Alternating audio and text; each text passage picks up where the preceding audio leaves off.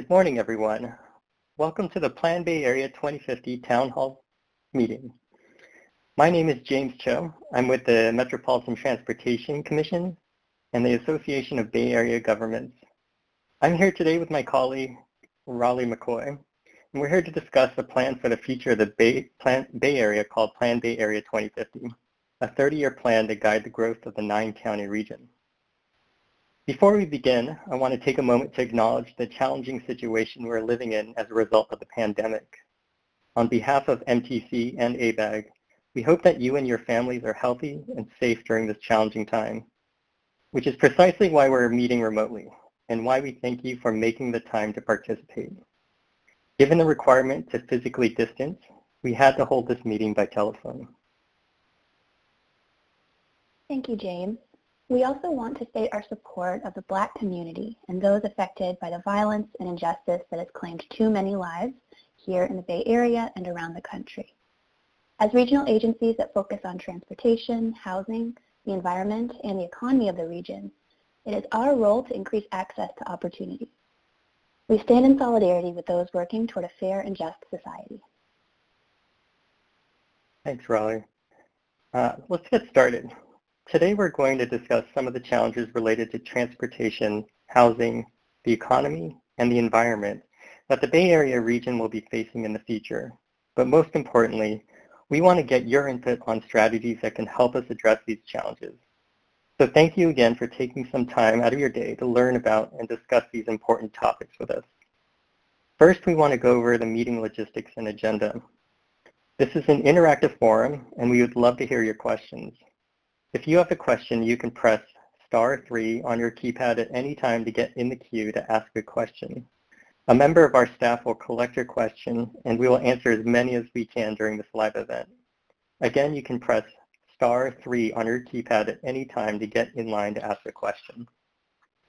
I'll now turn it over to Raleigh to go over the agenda. Thank you. As James mentioned, if you have a question or comment, you can press *3 at any time to get in the queue to ask a question.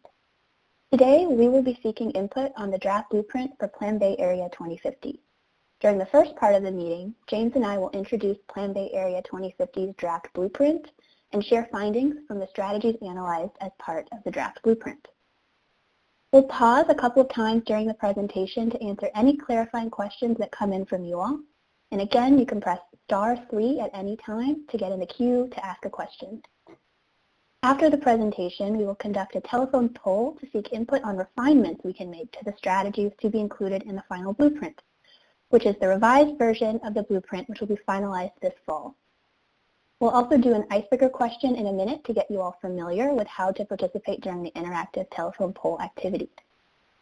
After the poll, we will provide an overview of other important regional programs and close the meeting by answering as many questions and sharing as many comments as possible with the time remaining.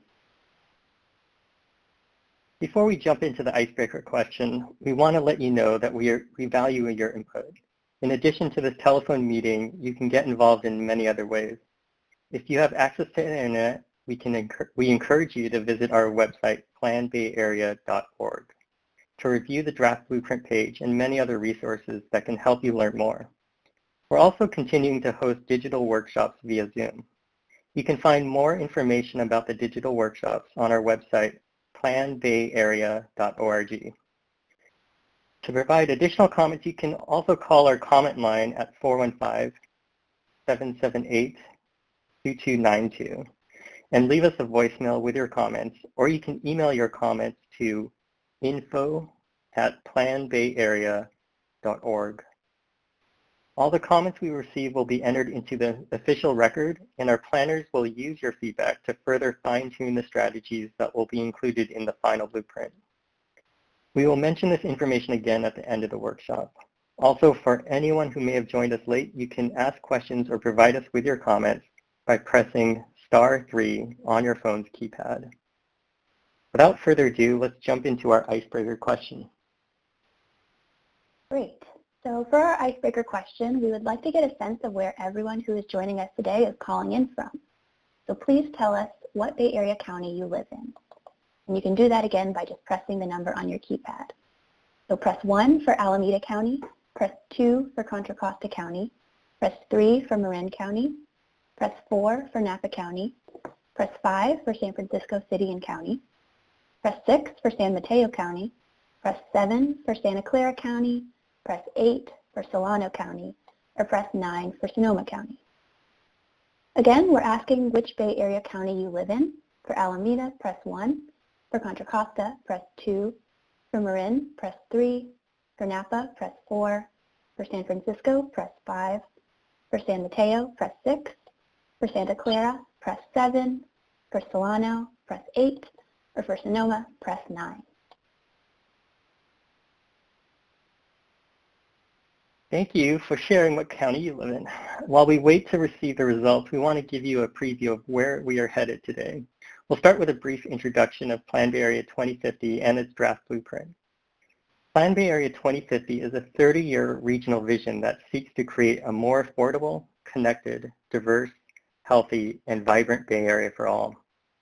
The draft blueprint is the first draft of Plan Bay Area 2050, and it integrates 25 bold strategies that aim to make the Bay Area a better place in the areas of transportation, housing, the environment, and the economy. The blueprint is a critical step in the Plan Bay Area 2050 process. So let's take a look at your poll results. It looks like we have folks on the line from Alameda County, Marin County, San Francisco, Santa Clara, and Solano County. And it looks like we also have someone from Contra Costa. I don't know if you mentioned that. A couple people, actually. Oh, sorry. Yes, you're right. I did miss that. And Contra Costa, so all across the Bay Area.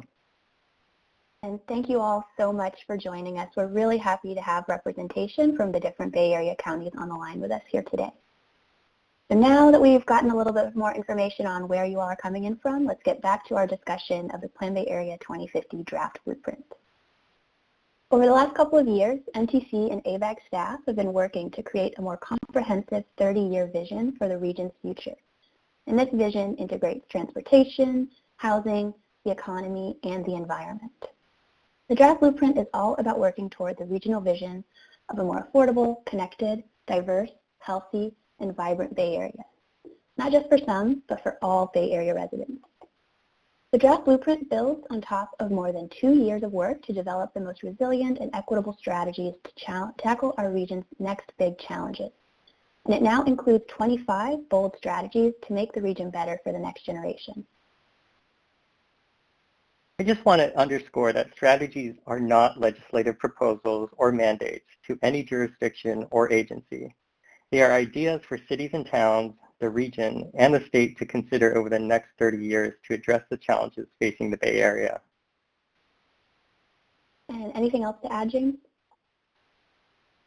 Yeah, actually, why are we limited to 25 strategies? Good question. So Plan Bay Area 2050 must be fiscally constrained, meaning not every strategy can be integrated into the plan, given that the region does have finite resources available to pay for the strategy. Also, the strategies that we will discuss here today have gone through a thorough analysis and were shown to be the most promising. Anything else? No, please continue with the presentation. So as I was saying, in addition to the work developing the strategies, we've also engaged with Bay Area residents over the past 2 years in order to get input on the strategies that we'll be reviewing today. What we hear today from you all will help us refine the draft blueprint, which is slated for approval this fall and will be integrated into Plan Bay Area 2050, which is slated for adoption in mid-2021, so about a year from now.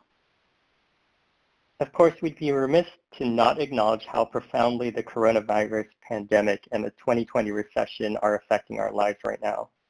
While we didn't predict the pandemic, we've been planning for uncertainty in the region in our work to develop the draft blueprint. All of the strategies in the draft blueprint have been tested against many of the unanticipated forces we're experiencing today, and they held up well to those tests. These types of forces range from a large earthquake that disrupts transportation and hurts the economy to pandemics like we're experiencing today. It's important to note that some of the strategies included in the draft blueprint are timely for the moment we're in. Now let's learn more about the full suite of draft blueprint strategies. Just as a reminder, if you would like to get in the queue to ask a question, you can press *3 on your phone's keypad. Okay, now I'm going to switch gears and provide more details on the draft blueprint. As I mentioned, the draft blueprint is a set of 25 bold strategies that focus on 4 topic areas: transportation, housing, the economy, and the environment. The strategies are organized into 9 key themes that relate to those 4 topic areas. And the first 3 themes are related to transportation. The first theme is to maintain and optimize our existing infrastructure. The draft blueprint works to maintain and optimize existing infrastructure by investing in maintenance for the transit and highway systems that operate across the Bay Area, by implementing tolling on the region's most congested freeways that have existing transit alternatives, by integrating fare payment and trip planning for all Bay Area transit agencies, as well as by investing in increasing transit frequencies to ensure that residents across the Bay Area all have access to frequent transit service. The second theme is to create healthy and safe streets. The draft blueprint is working to create healthy and safe streets by building more than 7,000 miles of protected bicycle lanes and other infrastructure for cyclists and pedestrians across the region. It also invests in improved infrastructure for pedestrians like wider sidewalks and proposes reducing speed limits to make our streets safer for everyone. Third, the draft blueprint includes investments to enhance our regional and local transit systems. Enhancing regional and local transit is the third theme. This means increasing frequencies on key bus lines, making bus service faster and more reliable through bus rapid transit infrastructure, making the BART system more frequent, and building a new Transbay rail crossing connecting San Francisco and Oakland. And now I'm going to turn it over to James, who will talk about the fourth and fifth themes, which are related to housing. Okay, moving to housing, definitely a critical issue for the Bay Area.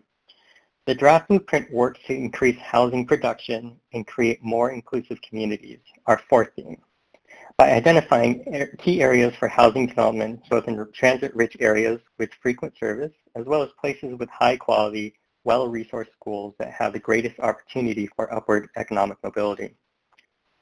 Under the fifth theme, the draft blueprint is working to protect, preserve, and produce more affordable housing. By affordable housing, we mean housing that's permanently affordable to low-income residents. These strategies include requiring developers to build more affordable units, strengthening renter protections beyond state legislation, as well as investing directly in building homes for our residents who are being priced out of the region. I'll turn it back to Raleigh to talk about the themes related to the environment and the economy for our last 4 themes. Thank you. So when it comes to the environment, there are 2 key themes here in the draft blueprint. First, we're working to reduce the risk from hazards.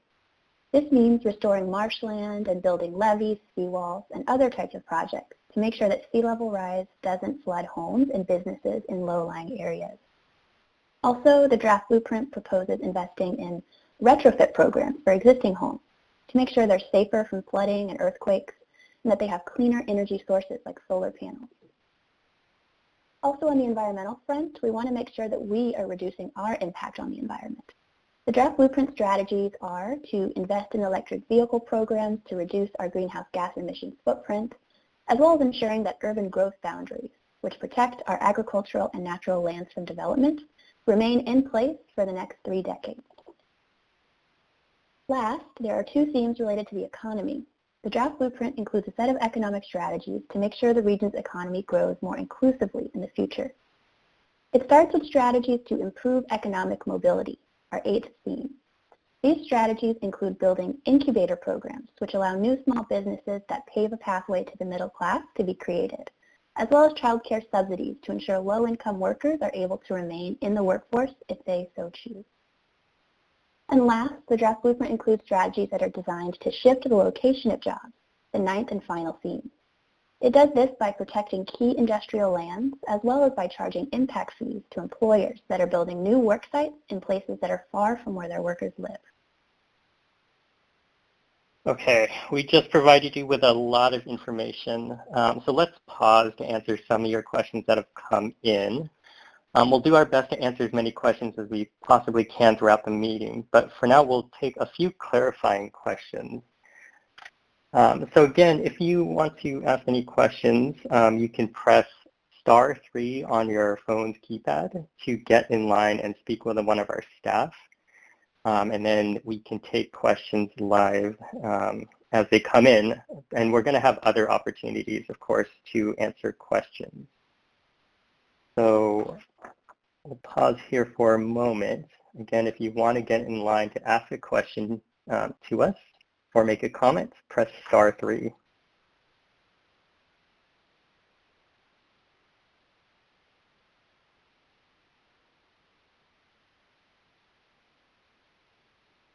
Okay.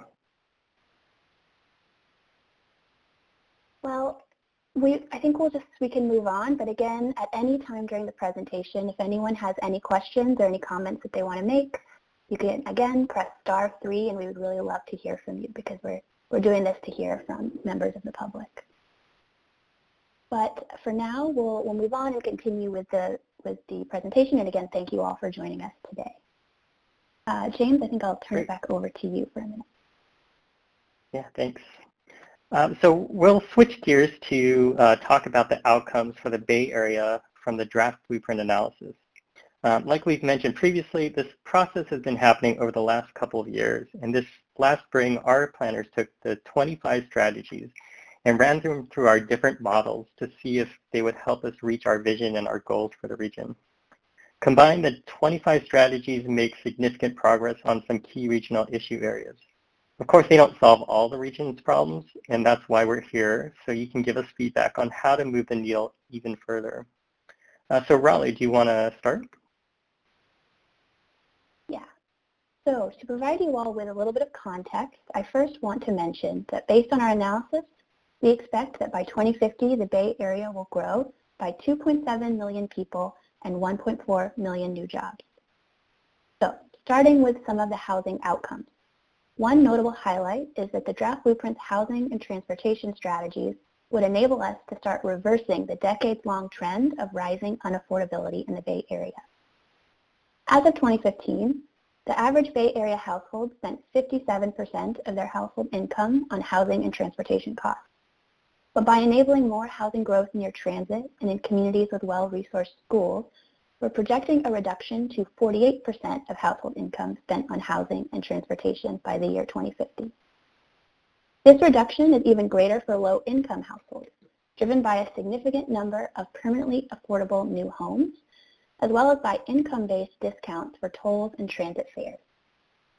In total, the draft blueprint includes 1.5 million new housing units, and of those, 400,000 are permanently protected, deed-restricted affordable for the lowest income households. And this leads to even greater affordability benefits for those who are least able to afford the Bay Area's high housing costs. Importantly, the draft blueprint includes one new home for every one new job created. With the strategies included in the draft blueprint, we forecast that 41% of all housing growth will occur in Santa Clara County, the heart of Silicon Valley, while 27% of housing growth is being forecasted for the East Bay, and 20% is forecasted for San Francisco and the Peninsula. The North Bay continues to have relatively limited growth. Approximately 14% of all new housing units would be located in the North Bay. In terms of job growth, the trend is similar, with 44% of all new jobs located in Silicon Valley. Growth is more limited in other parts of the region when it comes to jobs, but there's also significant growth in Alameda County, San Francisco, and San Mateo County. The transportation outcomes show that a lot of the new growth is focused in walkable communities with frequent nearby transit service, which enables more people to walk, bike, and take transit. Ultimately, this growth pattern would provide Bay Area residents with more choices in terms of transportation, and we anticipate that 1 in 5 Bay Area workers would change their commuting patterns as a result. And by 2050, we can forecast that 43% of Bay Area households will be able to walk to a high-frequency public transit line with service every 15 minutes or better. So now James will talk you all through some of the outcomes related to the environment and the economy. Thanks, Raleigh. On the environmental front, there's more good news. The investments in bicycle infrastructure and speed limit reductions that were discussed earlier could save more than 1,500 lives over the next 30 years. And while this is certainly not enough to get to 0 fatalities by 2050, It's a meaningful step forward to address the high number of deaths on our region's road system. Furthermore, Plan Bay Area 2050 is the first long-range plan that integrates sea level rise protections to make sure that communities are not flooded due to sea level rise.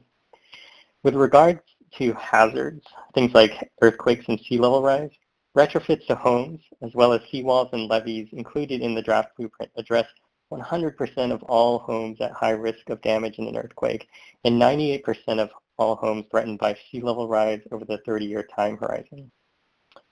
While we make a lot of progress in the draft blueprint advancing equity, improving affordability, and protecting the Bay Area's environment, we're still falling short on one central environmental goal, addressing climate change.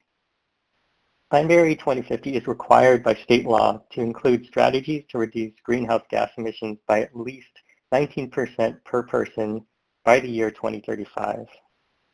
From tolling the region's freeways to enabling more housing growth near BART stations and more, the draft blueprint strategies we've showcased today move the needle quite a bit. We estimate that they could yield up to 12 percentage point reduction as a result of all the strategies combined, but the state target is 19 percentage points. This means that the remaining gap of roughly 7 percentage points will need new or expanded strategies in the final blueprint to close that gap. Finally, on the economic front, the outcomes show that despite the significant tax increases that are required to pay for many of these strategies, tax increases, which will primarily affect businesses and higher income individuals, despite those, we're seeing that the Bay Area's economy remains positioned for further growth in the decades ahead, even as we face a major recession today. Rolla? Okay, thanks, James. I know we just provided you all with a whole lot of information, and we're going to pause again and answer some clarifying questions that have come in the past few minutes. Just a reminder for those of you that are listening in, if you would like to get in a queue to ask a question, you can press *3 on your phone's keypad. James, it looks like we have a question on climate emissions from Lawrence. Would you like to take him on air? Yeah, that'd be great. So, Lawrence, from San Leandro, you are live on the air. Do you want to go ahead and ask your question? Sure. You hear me okay? Yes, yeah. Okay, great. Yeah, so my question is, why aren't the planning, why isn't the planning to meet the carbon goals, especially of the state, more aggressive? And now I have sort of a second part to it also. And why aren't the planning goals to meet sea level rise, instead of putting levees, which make the problem more expensive and kick the can down the road when the sea level gets even higher, you can't keep going up with levees. So why isn't the approach to remove development buildings from low-lying areas so that we can gradually shift out of low-lying areas so that it's less expensive in the future once sea level rises 10, 20, 30, 40, or 50 feet higher than it is now? And then can anything be done at this time to modify the plan so that we do get closer to meeting the needs of the future in both reducing carbon and solving sea level rise problems? Great, thank you, Lawrence. I'm going to try to unpack a couple of those questions. I keep you on the line just in case I'm not getting to any of your questions. So I just want to make sure I get to all of them. So a couple of things, so our plan is tackling both what we call mitigation and adaptation for climate change. So the mitigation side is the piece where we're talking about reducing greenhouse gas emissions. And that's where we have this state mandated target of getting to a 19% per person reduction in emissions. And we do often get the question of, why isn't even more aggressive than that? And so for the purposes of the plan, one thing that we have to keep an eye on is the state requirement. And the state requirement forces us to look at a very specific part of transportation emissions from cars. And so we focus on that, but that's not the only thing going on in the region or the state to help reduce emissions. This is paired, our strategies are paired with the state strategies of trying to reduce fuel consumption from vehicles. And again, our plan is focused on transportation, like passenger car emissions. And so the state also has, all of these regulations and targets to reduce fossil fuel use in cars. So paired with that and strategies we have around trying to support or improve electrification of transportation, like electric vehicles. With that, we're hoping that we can help reduce the dependency on fossil fuels in the region. So that's one piece, and I'll stop there for a second. Does that answer your question about the fossil fuel use and reducing those? Thank you. Okay, and then I think you had a question about sea level rise, and so the strategy in that we've included in the draft plan does also include, restoration of marshlands, tidal lands, which is, I think, what you were also maybe referring to.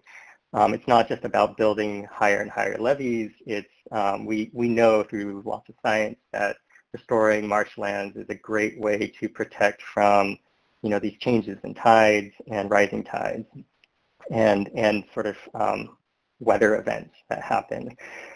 So that's part of the strategy, but we're happy to take more sort of input and comments on ways to alter or modify that strategy. And we do plan for an assumption around 2 feet of sea level rise, which, working with our partners on this topic who are focused on sea level rise, this seems like a sort of reasonable feature to plan for, but it's not like the protections that we're planning for would just stop at 2 feet.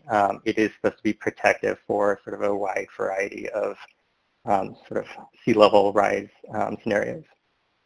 And then I think your last question was, is it too late to modify? And no, that's why we're taking comments now, both here and through our online systems and our telephone system. Is we want to hear from all of you to suggest ways that we may want to modify the plan. Is there anything else, or did I miss anything? Yeah, just so then my suggestion would be to, instead of just being a question, I'd like to make the suggestion that we are more aggressive, especially on more transition to renewable energy transportation, both public transportation and private transportation, with more incentives for faster transition to electrification, and also that instead of the levee approach to protect low-lying areas, that the approach be to start removing development out of low-lying areas and putting marshes in their place, because sea level rise will continue to increase.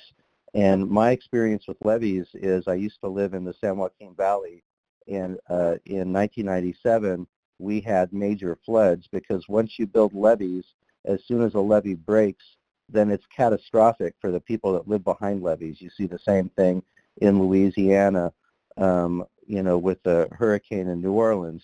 And so the right approach to long-term development dealing with sea level rise isn't higher and higher levees. It's moving development out and making space for the sea with buffers, as you said, with marshes, restoring low-lying areas to natural marshland. And that's my comment, and I hope that can get put in. I know that's a tough sell when nobody wants to give up land, but ultimately there's no choice. And if we stay in denial and start down the road with the levee approach, we're in big trouble.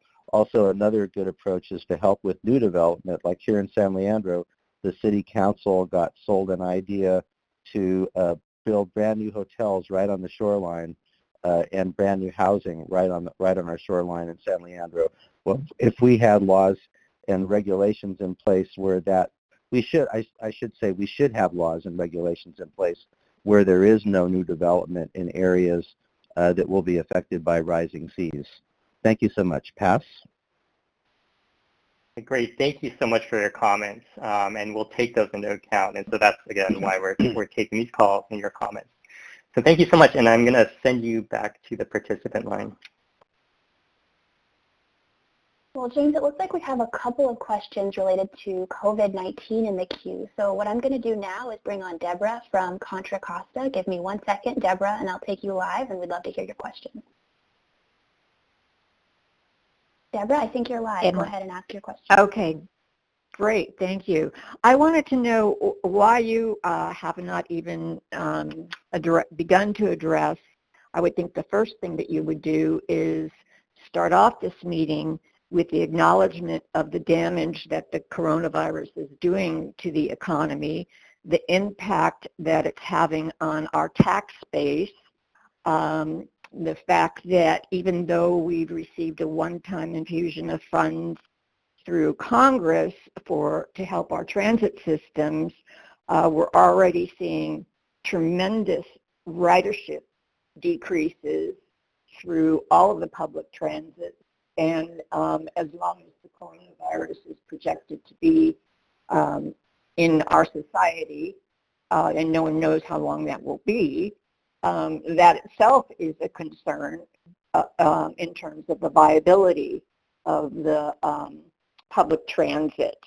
So, in fact, the New York Times had a piece July 19th that was discussing in particular what was happening with San Francisco, our own area. So I just wondered, it seemed a little bit peculiar to be holding this conversation without any discussion up front about how any particular ongoing planning might be affected and what you are looking at in terms of funding issues and how to protect what we have right now, not to even mention a plan for the future. So that's kind of a long question, but it's an involved issue. Thank you. No, I mean, Deborah, thank you so much. And I'm going to keep you on the line. Thank you so much for bringing this up.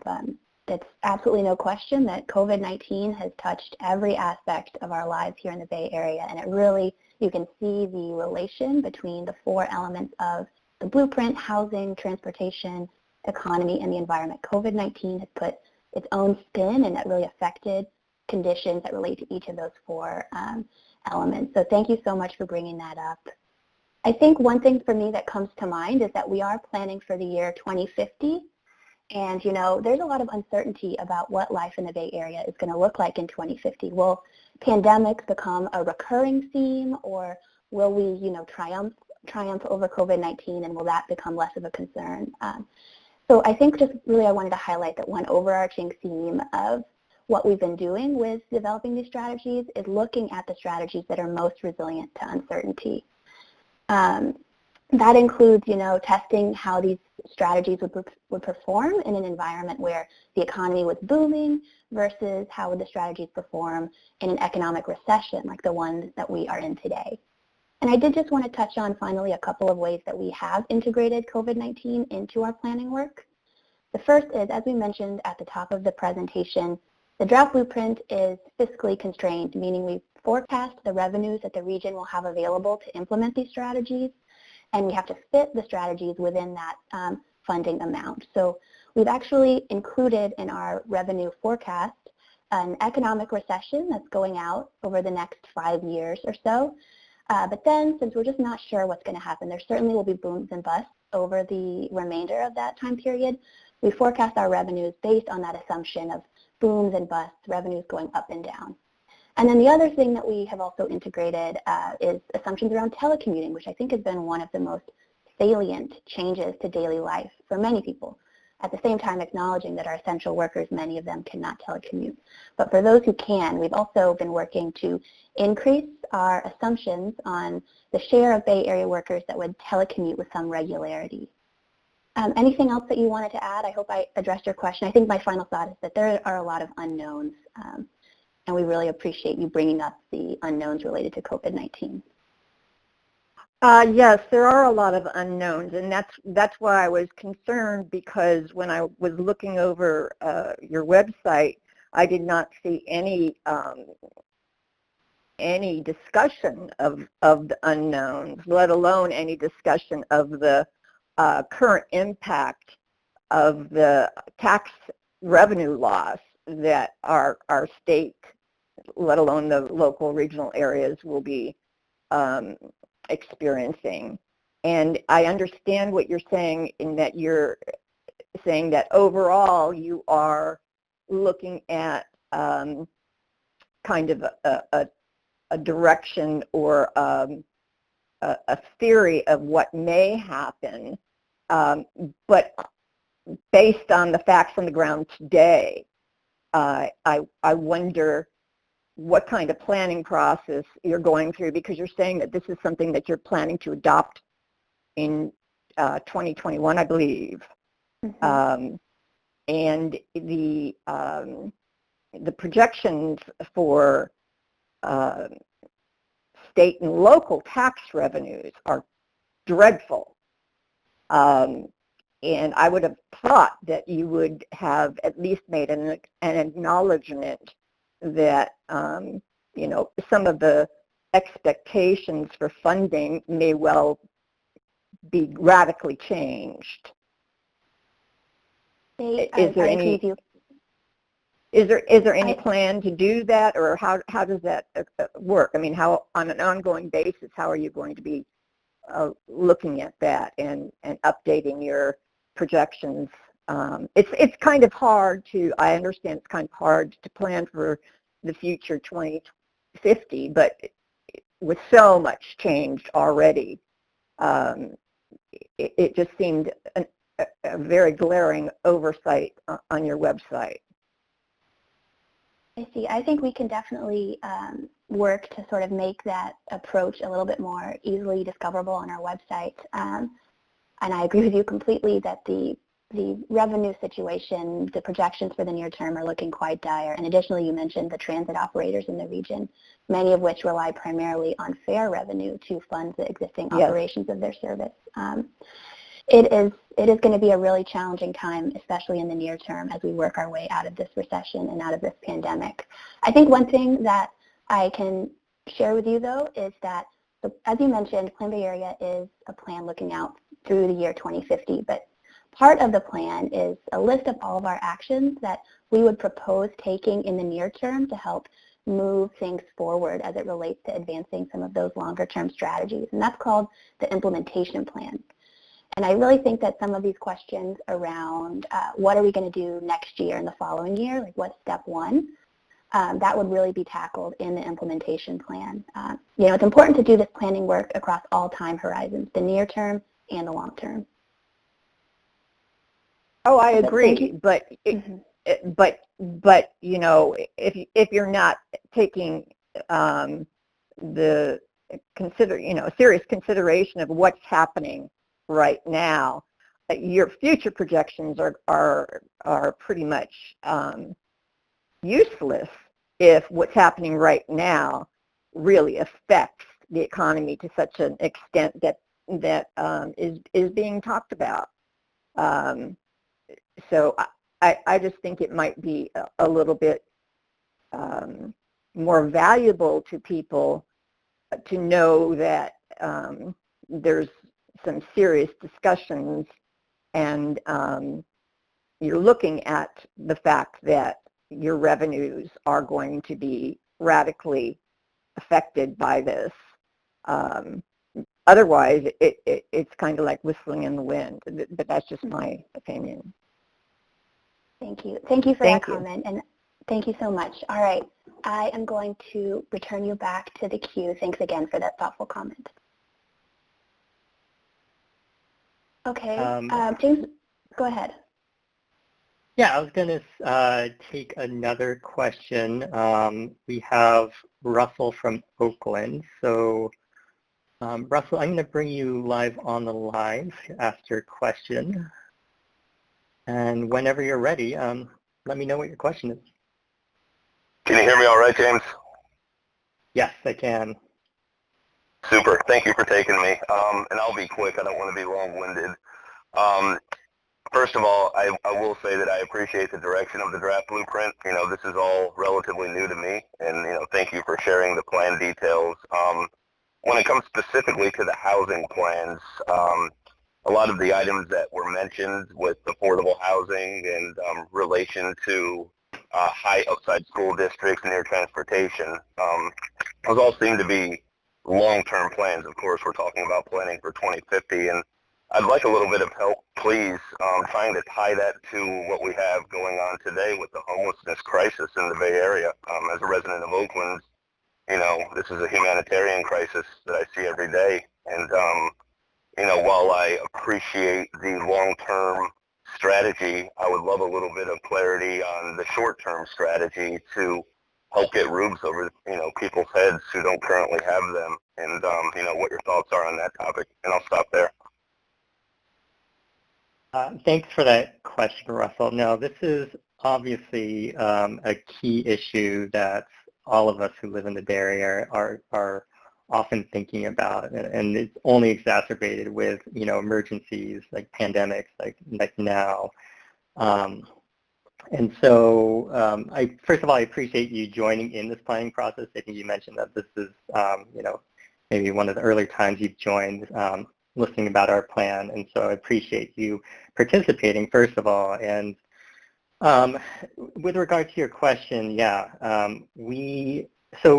this is a long-range plan, and so where our strength is and our ability is, to some degree, is to really sort of shape over this long period of time, to shape the patterns of development and housing availability in the region. Obviously, making housing available for more, affordable housing for our population in the Bay Area that's only going to be growing is a long process, and it's not an easy one that I wish as much as we could just sort of snap our fingers and provide affordable housing for everyone in the region.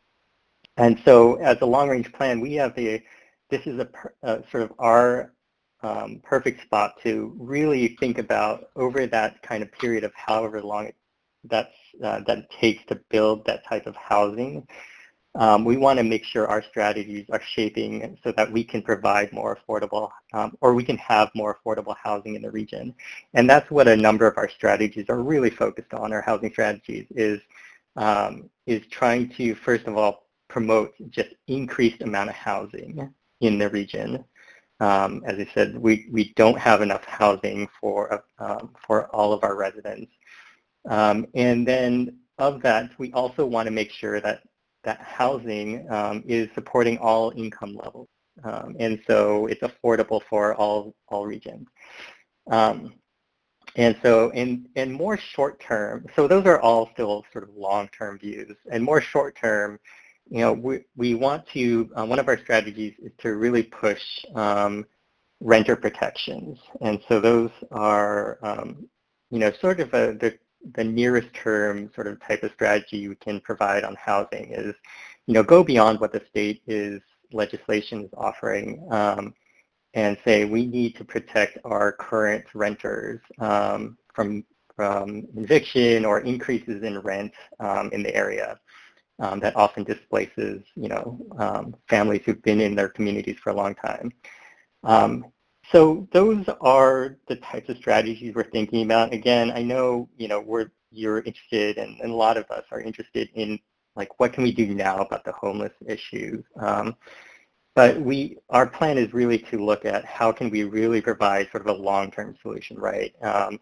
And there are plenty of sort of short-term solutions that I think are happening at the local level, which I think are key, right, to get those unhoused people into safe shelters or homes. But we want to then provide the long-term solution, right, to provide housing that they can permanently live in without fear of being evicted or just being costed out of the area. So Russell, does that answer your question or address your comment? It does. I will say that a lot of the points that you made, I think, are mitigation strategies like rental protection and affordability. and don't necessarily address, the 4,000 people in Oakland that are without homes today on the streets. But you did make a good point as well about efforts happening at the local level, which I have seen in my own community. And I guess I've got a lot of interest in learning more about, what's going on at the local level to address the humanitarian crisis today, and also how, normal citizens can get involved. But perhaps that's a different town hall meeting. So I'll stop now, and I really do appreciate you having a listen. Thank you. No, thank you for participating, really. And it's definitely an issue we keep an eye on. So James, we have a couple more calls here. I am going to bring on Josephine, who has a question about future development at Mare Island in Solano County. Josephine, you're live. Go ahead and ask your question. Oh, great. Thank you so much. This is an excellent forum. I really appreciate the opportunity to participate. I live in Vallejo, and hearing about the different strategies you're discussing, all of those I see happening around me: transportation, economics, environment, housing. And I was curious if you could speak briefly to how the plan you're talking about and the strategies interface with the planned development on Mare Island. Sure, I'd be happy to do that. And so for those of you that aren't familiar, Mare Island is located at the mouth of the Napa River, right across the way from Vallejo. And it's going to expected to see some pretty substantial redevelopment there. New homes, new businesses, new jobs, all located at Mare Island. And there are actually a couple of strategies, proposals for projects that are included in the final blueprint, which is the next iteration of the draft blueprint that we're currently working on, that I think would be of interest to you. So with that housing growth, of course, we want to avoid increased traffic congestion with more people driving around. We don't want that to become more of a problem. So there are several really great transit projects that have been proposed that would really serve those new residents and new workers on Mare Island. That includes increasing the frequency of ferry service departing Vallejo for San Francisco, helping those new residents that are working in San Francisco to avoid the hours-long commute down I-80 and into the city. Additionally, the final blueprint is also looking at an expansion of express lanes, which are toll lanes on our freeways. Some of you may have seen them, where drivers can pay to bypass traffic congestion. Another great thing about those express lanes are that buses can go in there for free. So buses are able to carry many more people than could fit in cars, and they can speed past that traffic congestion. And there's going to be a proposal for an express bus line connecting Vallejo with San Francisco as well. So new residents and workers on Mare Island are going to have a number of different transit options. And then just the last project that may also be of interest for people who are looking to make that connection between Mare Island and the North Bay counties, so going west to Marin, Sonoma, Napa, many of them would be driving along or taking transit along the SR-37 corridor, which, if any of you all are familiar with, even today, it's a low-lying highway, and it can flood in instances of high rains. So we're also looking at a proposal to retrofit that highway and make it ultimately elevated so that sea level rise of 2 feet wouldn't impact it, and that facility can remain open. Any other questions on that topic, Josephine? No, I think that did it. Although, I guess, could you speak briefly to ecosystem or environment related to Mare Island, if there's anything in the plan related to that? Yes, I can really briefly. I think James was mentioning with an earlier caller how the blueprint is going to include sea level rise protections for 100% of homes that are forecasted to be, I think it's 98 to 100% of all homes that are forecasted to be flooded by sea level rise. And that would again include a number of different interventions still to be determined by local authorities who are actually implementing the projects. But that could include green infrastructure like marshland restoration, as well as hard infrastructure, if you will, like built infrastructure, including levees and seawalls. But the specifics, that's not really the domain of Plan Bay area. That would be decided a little bit further down the line when it actually comes time to implementing those projects. Okay, great. Thank you so much. Thank you. And thank you to all of our callers who have called in today. There are going to be more opportunities for questions and comments. I'm going to turn it over to James really quickly as we keep moving. Okay, we're getting a couple questions around COVID again, and some of them might have been asked before. Probably you gave your response in an earlier call, but again, for our plan does take into, or we have made adjustments to our plan to, as Raleigh mentioned, to address sort of what we think will change in the long-term, long-range 30-year trajectory of the Bay Area. What may the impacts of COVID might be, understanding that there's a lot that we are uncertain about after this year or the next couple of years, what the forecast will look like. But we have adjusted our revenue assumptions for the plan and made adjustments accordingly, and to our growth forecast. So we assume sort of a growth in population and jobs over the 30-year period, and so we did make adjustments to those with the onset of COVID to address sort of what our growth trajectories and our trends might look like and how they might shift. In addition to all of the sort of some of the specifics that Raleigh mentioned earlier about assumptions around telecommuting and the economy. So I'm hoping between Raleigh and me, we've been able to sort of address some of these questions around COVID. We understand that it is very top of mind for a lot of people, obviously. But again, we're trying to plan a 30-year plan. What I can do is take a question from Kathleen in San Jose. So Kathleen, I'm going to bring you live on air if you want to ask your question when you're ready. Yes, hello.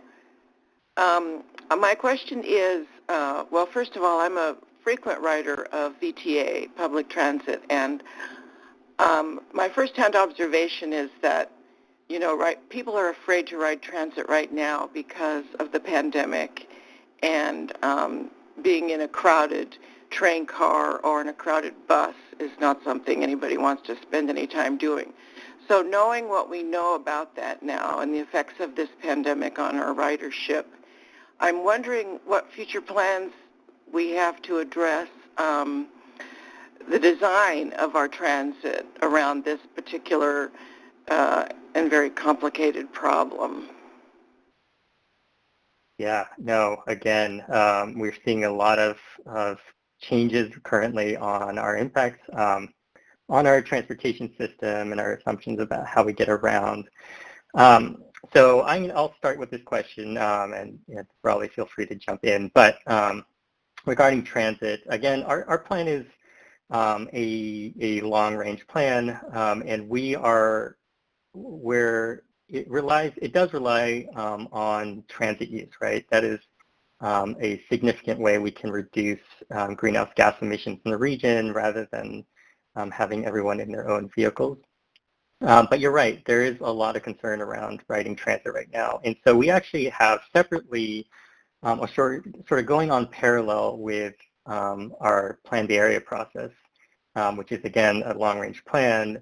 We do have our leadership, our commission and elected officials who serve on MTC and ABAG and other leaders in the transit service area in the region as part of a Blue Ribbon task force, actually, to, first of all, to be able to decide how do we distribute sort of this emergency funding for transit that comes from the federal level, but then also to address some of the concerns you're talking about. How do we get people back on transit safely?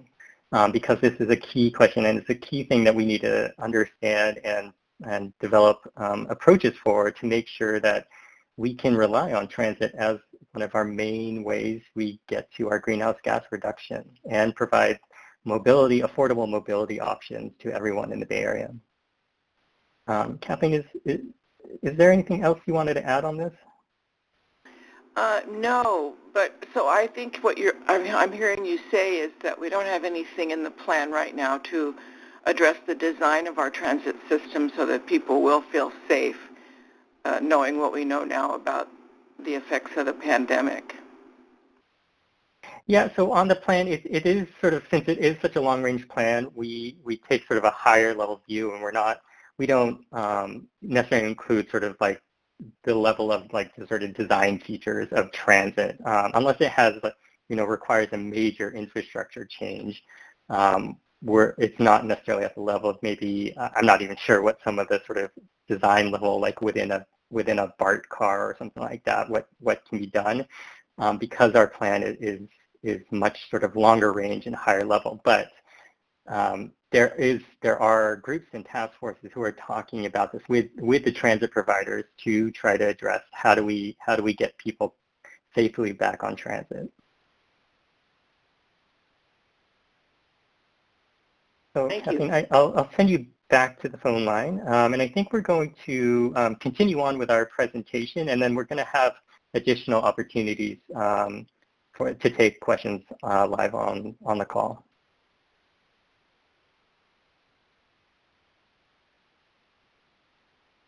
So I'll continue on, and thank you again for these great questions. This is a fabulous opportunity for us to be able to talk directly with so many of you, so thank you again. We're going to move on to an interactive portion of this meeting. We're going to conduct a series of polls to get your feedback on possible new strategies or modifications to existing strategies to address 5 key challenges facing the Bay Area. So let's get started. Okay, and I just want to echo James's thanks. This is really wonderful feedback that we've been getting. Please keep those questions and comments coming in because we really love to hear from you. So now, again, I'm going to present you all with our first challenge for the cell phone voting poll. The first challenge that we're talking about is housing unaffordability. As a reminder, the strategies included in the draft blueprint to address this challenge include allowing for a greater mix of housing types and densities in growth areas. And these are areas near transit or areas with resources like well-resourced schools and access to jobs and parks. Also included in the draft blueprint is a strategy to fund affordable housing protection, preservation, and production, as well as a requirement for developers to build more affordable housing when they build new units. However, there are still hundreds of thousands of low-income households without any such protections. A challenge for the final blueprint is, how do we create more permanently affordable housing, especially in areas with well-resourced schools and amenities and transportation options? So I'm going to read out a series of strategies that could address this challenge that you can vote on by pressing the corresponding number on your phone's keypad. I will read the options a few times, so please listen to all of them first, and then I'll read them again when it's time for you to vote on the one option that you prefer. All right, here we go. The question is, which potential strategies should be included in the final blueprint to make the Bay Area even more affordable? The options are: 1, invest in the construction of more affordable housing units. 2, accelerate redevelopment of aging malls and office parks that have significant shares of affordable housing. 3, expand capacity for new housing in communities with well-resourced schools and good access to jobs. 4, advance innovative approaches to reducing housing construction and financing costs. Or 5, for none of these strategies. Okay. Now you can vote for which strategy you prefer most to address the housing unaffordability challenge. If you would like us to invest in construction of more affordable housing units, press 1. If you would like us to accelerate redevelopment of aging malls and office parks with significant shares of affordable housing, press 2. To expand capacity for new housing in communities with well-resourced schools and good access to jobs, 3. To advance innovative approaches to reducing housing, construction, and financing costs, press 4. And if you do not agree with any of these strategies, press 5. I can see some options are coming in, but again, I'm going to read the potential strategies that you're voting on.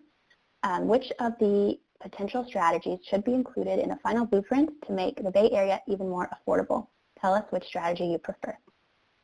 To invest in constructing more affordable housing units, press 1. To accelerate redevelopment of aging malls and office parks with significant shares of affordable housing, press 2. To expand capacity for new housing in communities with well-resourced schools and good access to jobs, press 3. To advance innovative approaches to reducing housing construction and financing costs, press 4. And if you do not agree with any of these strategies, press 5. Okay, as everyone is entering their answers, I thought I'd share some thoughts MTC received in some focus group meetings we had with historically underserved communities in the region about affordable housing. Members of the community shared that the affordable housing challenge isn't just about having the units. There is a lot of work to ensure folks understand how to access the affordable housing that's built. Folks who don't speak English or who have a student status may not be able to apply for the housing that gets built. There's also a lot of interest in programs that help lower-income households buy a home or apartment as a means to begin to provide stability and create a known path toward reducing wealth gaps that exist.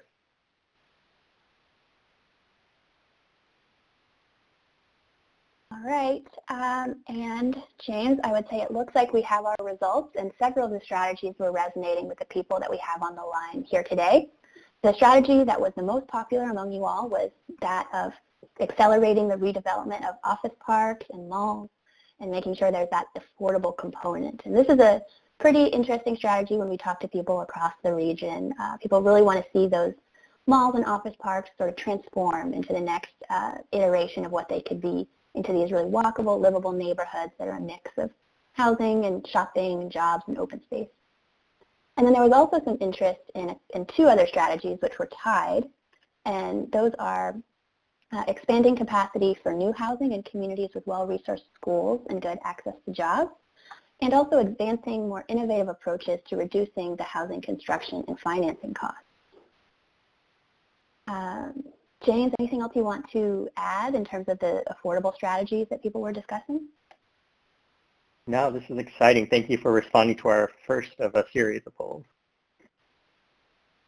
Okay, so I'll continue on actually to Go ahead. Yeah, I'll continue on to challenge number 2. Okay, so this is again a series of polls.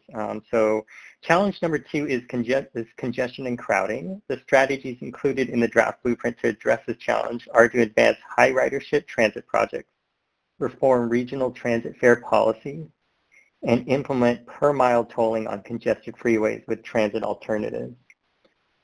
But traffic congestion and transit overcrowding continue to worsen in many freeway corridors and on many transit systems.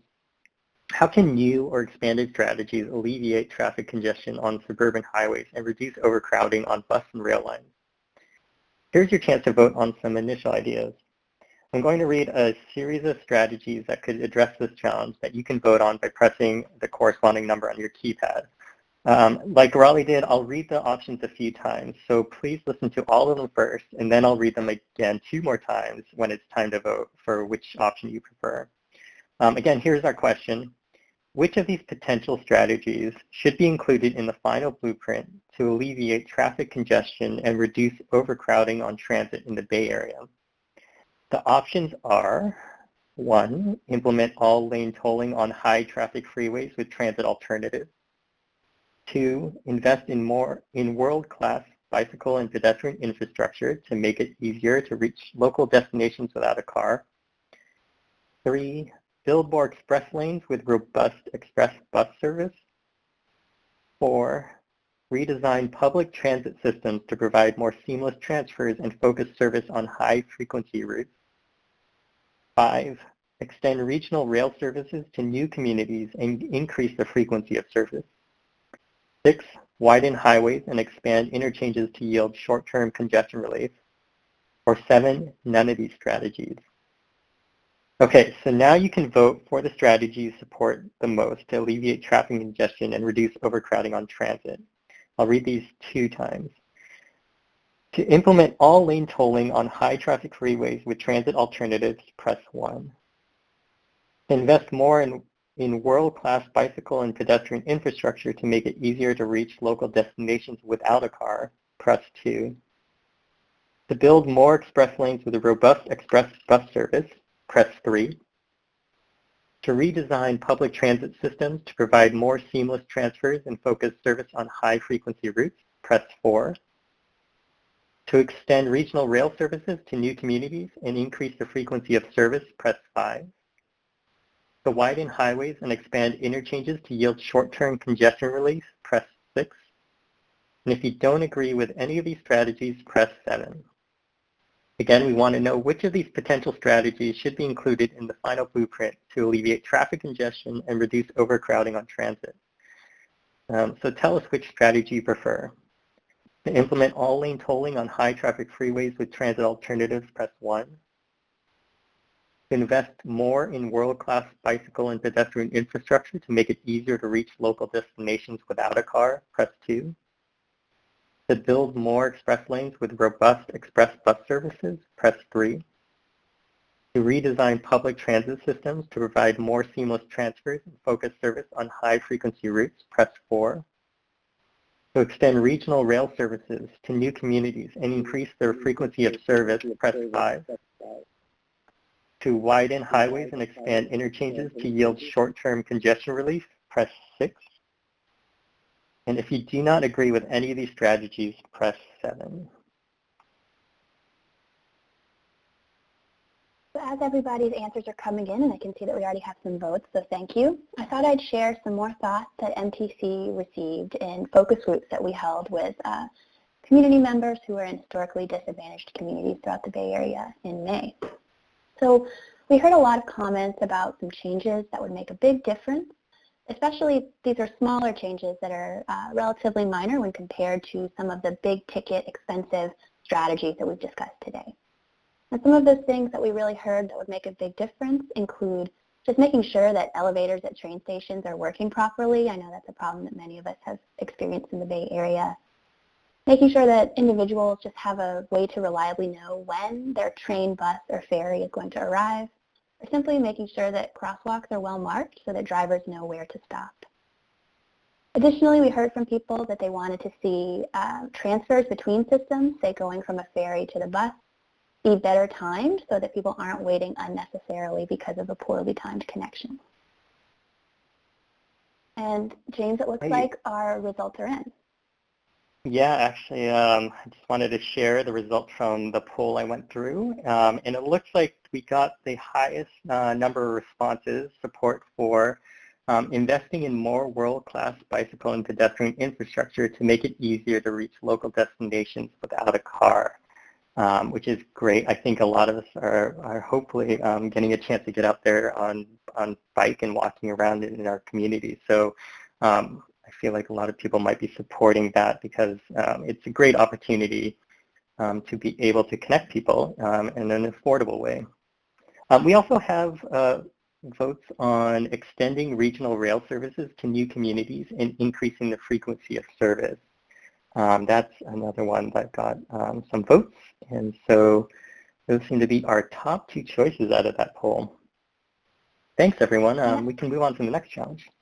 Yeah, thank you. And that, again, that really, we're happy to see these responses coming in, and it really helps us understand where we should focus our efforts as we move toward that final blueprint proposal that will be released in the fall. So the third challenge that you all are going to be suggesting strategies on, or prioritizing strategies on here today, is displacement. To address displacement, the draft blueprint included the following strategies.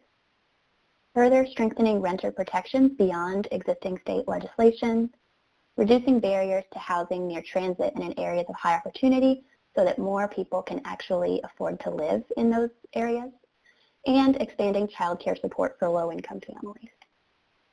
However, the risk of displacement continues to grow over time. So how can we further ensure that low-income residents and communities of color are not ultimately displaced to areas with limited access to opportunity?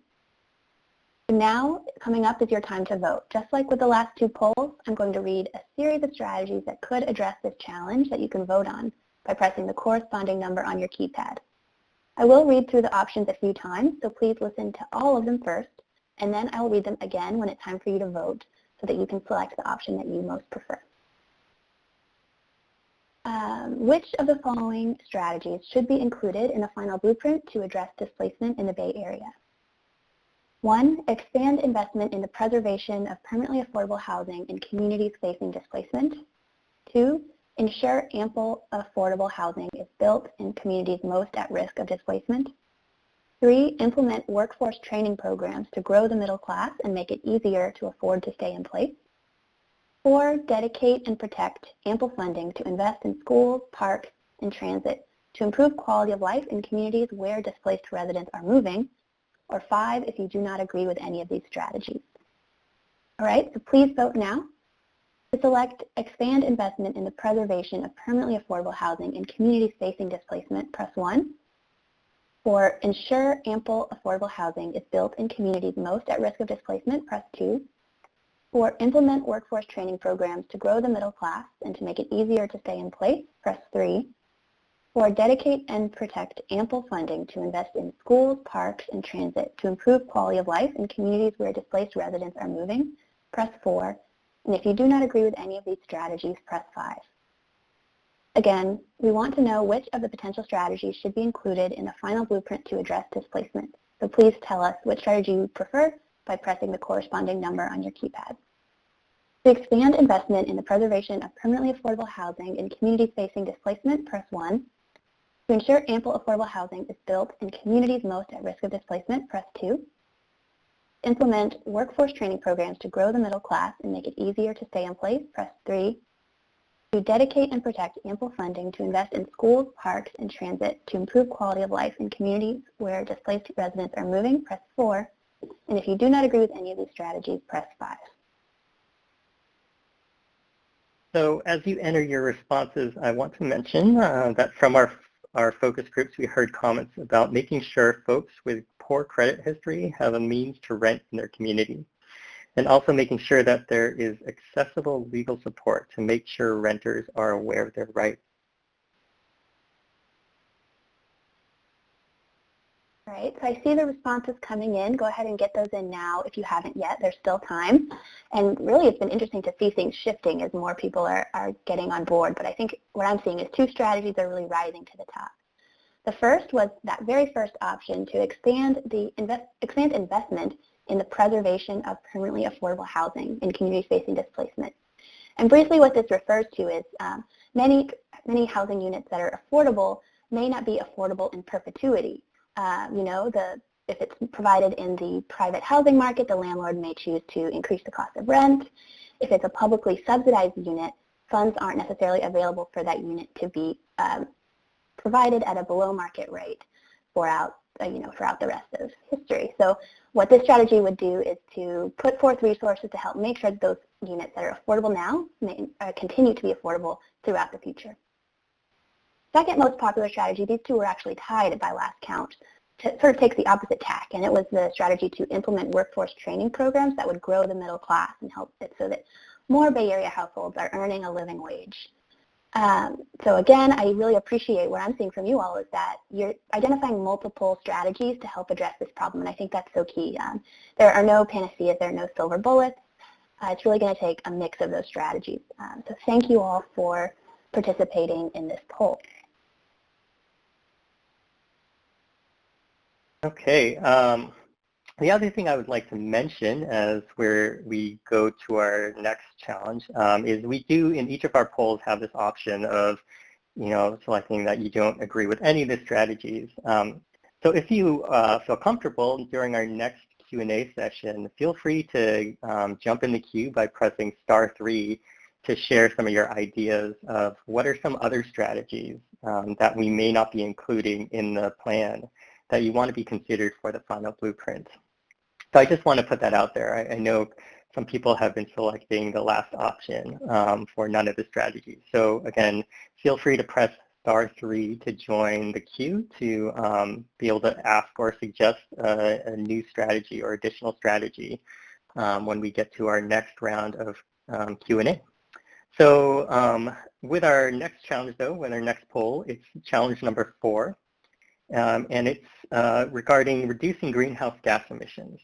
As a reminder, the strategies included in the draft blueprint to address this challenge include implementing per-mile tolling on congested freeways with transit alternatives, building a complete streets network and implementing reduced speed limits, and allowing a greater mix of housing types and densities near frequent transit. The draft blueprint only gets us halfway to our emission reduction goal, so how can we further reduce transportation-related greenhouse gas emissions to reach critical climate goals? So which of these potential strategies should be included in the final blueprint to reduce climate emissions in the Bay Area? I'll read the options a few times as we've been doing. So please listen to all of them first, and then I'll read them again when it's time to vote for which option you prefer. 1, expand electric vehicle and charging infrastructure subsidies, especially for lower income households. 2, postpone highway widening projects until a greater share of vehicles are electric. 3, charge parking fees to disincentivize driving, putting fees towards bicycle giveaways and free shuttles. 4, require employers to implement mandatory work from home policies 2 or 3 days per week. Or 5, if you do not agree with any of these strategies. So please vote now to tell us which option you prefer to reduce climate emissions. To expand electric vehicle and charging infrastructure subsidies, especially for lower income households, press 1. To postpone highway widening projects until a greater share of vehicles are electric, press 2. To charge parking fees to disincentivize driving, putting fees towards bicycle giveaways and free shuttles, press 3. To require employers to implement mandatory work from home policies 2 or 3 days a week, press 4. Or if you do not agree with any of these strategies, press 5.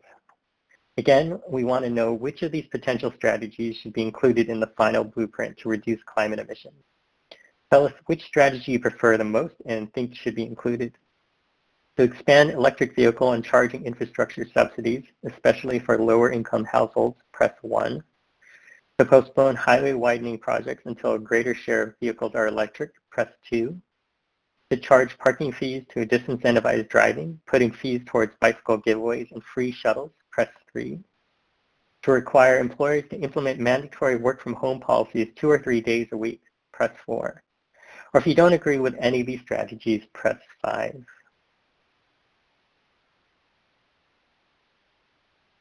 As we wrap up this question, I'll go ahead and share some feedback that we received from the focus groups, and thanks for getting those responses in, everyone. So when we talked with our focus groups about environmental concerns more broadly, we heard a number of different comments about making sure that all communities have access to parks and green space. And for those of, I think we can all acknowledge that those concerns are even more important now that we're in this period of physical distancing and social isolation. So really heard that loud and clear. And also having access to parks by just walking, making sure that all residents can just walk to parks, was seen as a priority to make sure that people who don't have a car still have access to places where they can go outside for recreation or just to get a breath of fresh air. Folks also wanted to make sure that the new development that does happen in the region includes amenities for those new residents like community gardens and reliable and clean energy systems. All right. Okay, Raleigh, we have... Yeah, go ahead, James. Yeah, we have results. So we have 2 that have risen to the top, strongly to the top. We have the first one, expand electric vehicle and charging infrastructure subsidies, especially for lower income households. So we know that, yes, EVs, electric vehicles, can help reduce driving emissions while still allowing the possibility of vehicles on the road at much reduced emissions, both related to greenhouse gases and sort of other pollutants. So that rose strongly, and included in that, of course, is really targeting some subsidies for lower income households. And then the other one that rose to the top, I think relates to what we've been discussing previously, is requiring employers to implement mandatory work from home policies a couple days a week. And so I think that has resonated definitely, I think, because we've seen the potential and the possibility with working from home during this period. I think it really opened up a lot of people, a lot of companies to the possibility of being able to work remotely. Of course, that strategy is limited to those who have the ability to work remotely. We know a lot of frontline workers may not be able to, but the share that we can shift to working from home can really help reduce emissions. So that really rose to the top too. Thanks. That is a really good point. Thank you all for those ideas.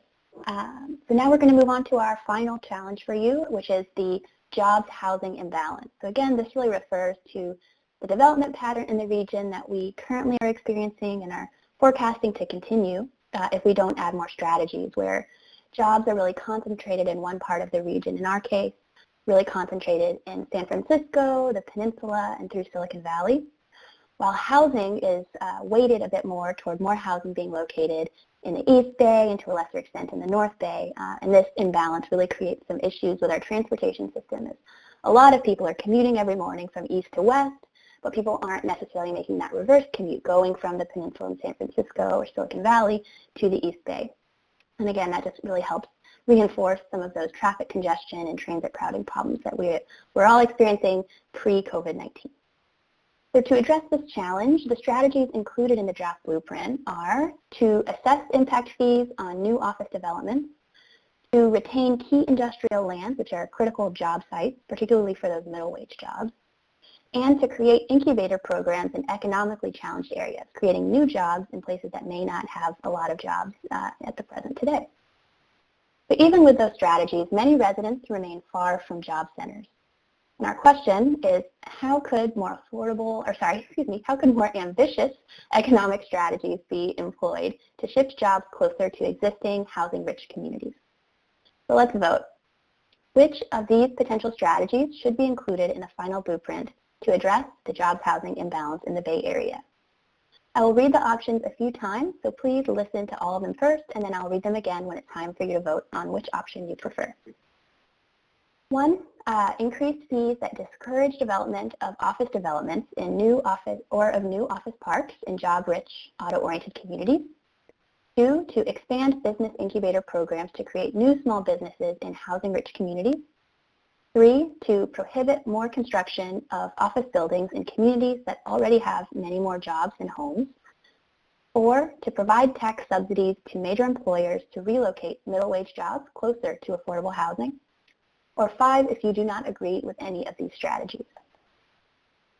Again, please make your selection now for the strategy that you prefer to address the jobs housing imbalance in the Bay Area. 1, to increase fees that discourage the development of office developments or new office parks in jobs-rich, auto-oriented communities, press 1. To expand business incubator programs to create new small businesses in housing-rich communities, press 2. To prohibit the construction of more office buildings in communities that have many more jobs and homes, press 3. To provide tax subsidies to major employers to relocate middle-wage jobs closer to affordable housing, press 4. And if you do not agree with any of these strategies, press 5. Again, one more time, we want to know which of the potential strategies should be included in the final blueprint to address the jobs housing imbalance in the Bay Area. Tell us which strategy you like the most and think should be included. To increase fees that discourage development of office developments or new office parks in jobs-rich, auto-oriented communities, press 1. To expand business incubator programs to create new small businesses in housing-rich communities, press 2. To prohibit more construction of office buildings in communities that have many more jobs and homes, press 3. To provide tax subsidies to major employers to relocate middle-wage jobs closer to affordable housing, press 4. And if you do not agree with any of these strategies, please press 5. Okay, as we wrap up this question like we've been doing with the others, I thought I'd share some thoughts we received from our focus group meetings with the historically underserved communities in the region about the economy. Our focus group had a number of questions about what types of jobs the region would have.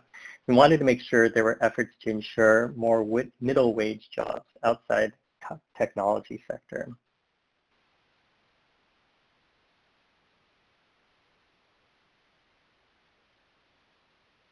Right.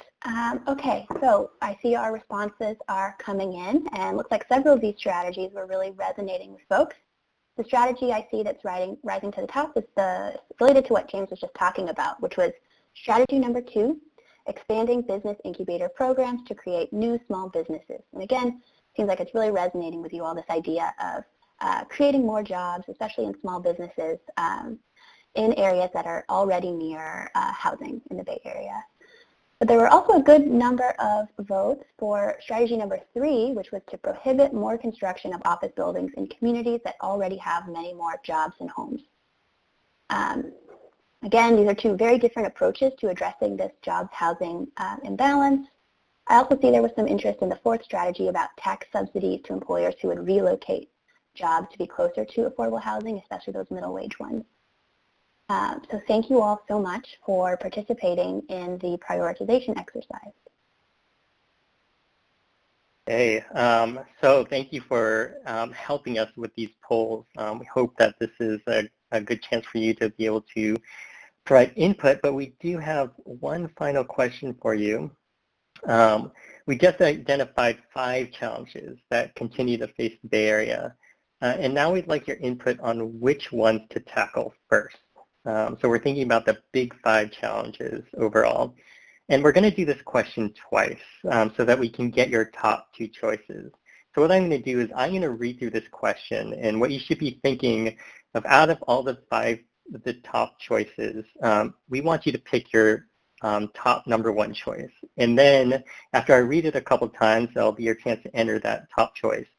And then Raleigh's going to repeat the question and go through the choices, same choices again, and then you're going to pick your second top choice, okay? So you're going to repeat, we're going to do this question a couple times. So when I go through this, we want you to be thinking about your very top choice first. So which of the key challenges we highlighted is the most urgent to be addressed in the final blueprint? So I'll read these again, and then as we've done with the other polls, I'll repeat them a couple times. And again, this is for your first top choice.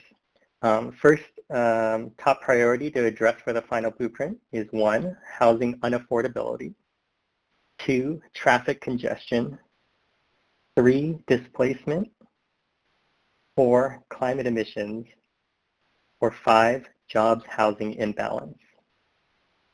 So you're going to vote now for your top choice. For housing unaffordability, press 1. For traffic congestion, press 2. For displacement, press 3. For climate emissions, press 4. Or for jobs housing imbalance, press 5. Again, we want to know which of the key challenges we highlighted you think is the most urgent to be addressed in the final blueprint.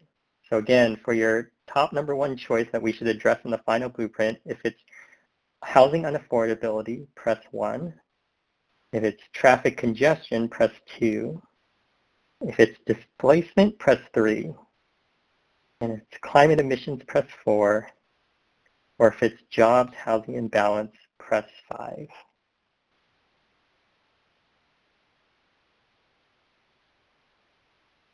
Okay, I see some results that are coming in now, but I want to give everyone a little bit more time again to select their number 1 priority, and then you'll get the chance to vote again on your second priority. Okay, I think that we can go ahead. Oh, people are still getting their responses in. Okay, so it looks like the number 1, the top priority that was resonating with you all the most by a pretty wide margin was housing unaffordability. So we really are hearing that from you, that the number 1 challenge that you want us to tackle in the final blueprint is housing unaffordability. If we could queue up the second poll, if everyone could just hang tight and be patient with us for a little bit. I can talk now while we get that queued up a little bit on how exactly this input that we're getting from you all here today is going to be used.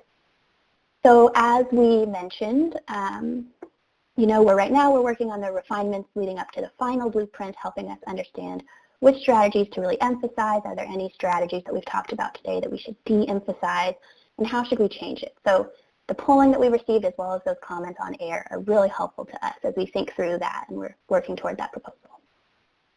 So now we have our poll queued up and ready to go again. So I'm going to read the same responses that James read, but now we're asking you to choose your second highest priority. Again, the question is to please identify the challenge that you see as your personal second highest priority to address in the final blueprint. For housing unaffordability, press 1. For traffic congestion, press 2. For displacement, press 3. For climate emissions, press 4. Or for jobs, housing, imbalance, press 5. And please go ahead and get your votes in now on your second highest priority. Again, your options are housing affordability, which is 1. Traffic congestion, 2. For displacement, 3. For climate emissions, 4. And for jobs, housing, imbalance, press 5. And one last time, we want to know which of the key challenges we highlighted is the second highest priority to address in the final blueprint. For housing and unaffordability, press 1. For traffic congestion, press 2. For displacement, press 3. For climate emissions, press 4. Or for jobs, housing, imbalance, press 5. And we'll give you another couple seconds to respond, but I do see the answers coming in now.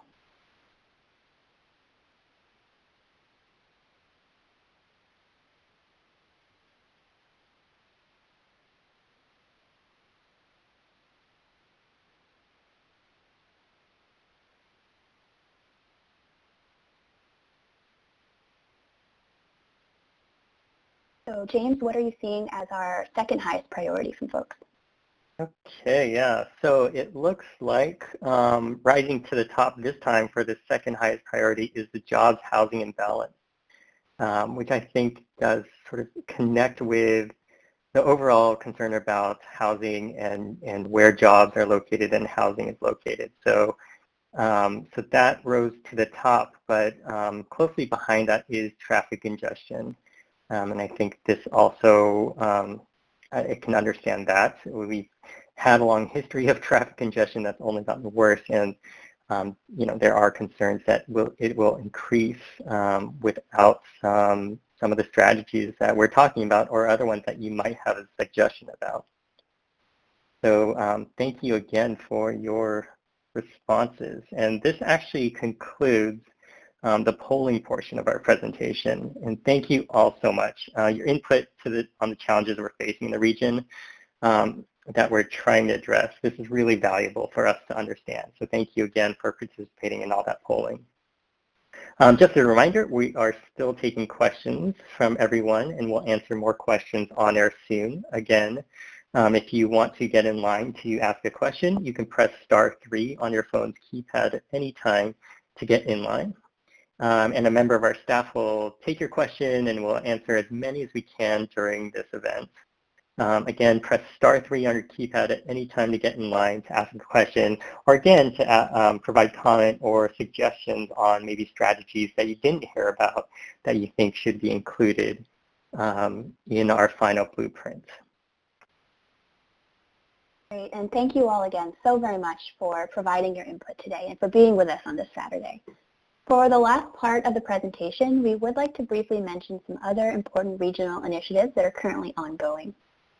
On the transportation front, we have the Transportation Improvement Program, which reflects local, regional, state, and federal funding priorities and decisions.